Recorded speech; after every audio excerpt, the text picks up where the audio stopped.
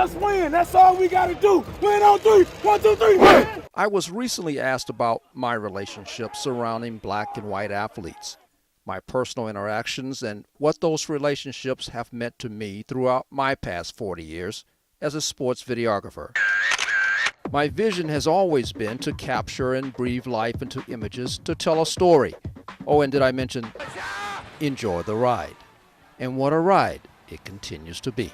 Aloha! I find myself reflecting on years and years of assignments and how each may have played a role in defining my understanding of sanity in an oftentimes insane world. All of a sudden she asked me, she said, Daddy, if I die, you think I got a chance to make it to heaven?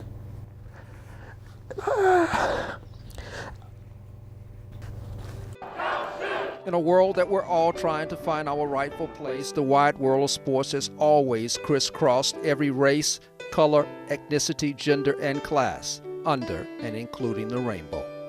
And might I add, managed to thrive and survive. I still pray for him every day, that God would heal him. Throughout my years as a photojournalist, the stories that have given me reason to believe there really was a divine purpose are the very stories that represented a deeper purpose, hidden behind its shadowed scenes. How did it play today, Tiger? Much like Tiger Woods' arrival in Fort Worth to compete in the '97 Colonial Golf Tournament. Was I excited? Yes. Did I find myself rooting for him? Yes. Despite my enthusiasm, did I shoot his golf shots with more swagger than that of any other golfer? A lot of shots left. Did I frame his interview with more precision than any other? No. The 13th Masters Golf Tournament goes into its 4th round as Lloyd Mangrum tees off. But Tiger's presence immediately took me to a space that most would like to erase.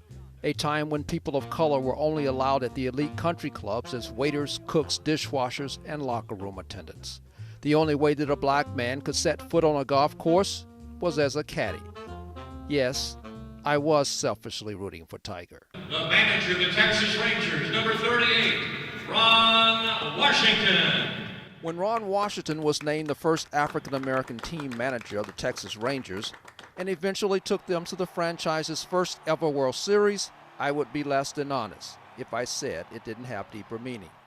Just as his sudden resignation following previous admitted drug use and an extramarital affair bring me personal embarrassment and disappointment.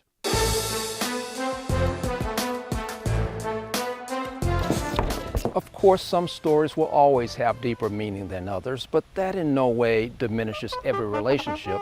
Former Cowboys quarterback Troy Aikman, who I've known for 30-plus years, on occasion still jokingly refers to me as window pane.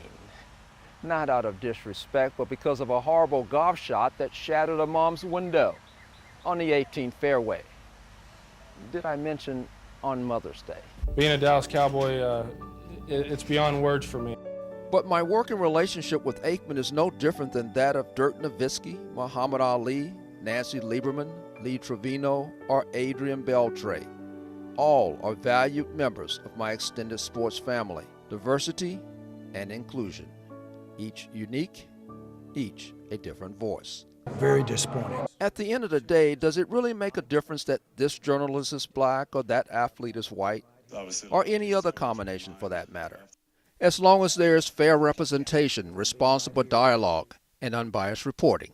Is that kind of a badge of honor knowing that they want to go that way again and lean on the offensive line? Does it really matter? Now that you've taken the time to listen to this story, ask yourself. Which brings me back to where I began. What has been my experience with black, white, and other ethnicities? How do I view them, and in my opinion, how do they view me?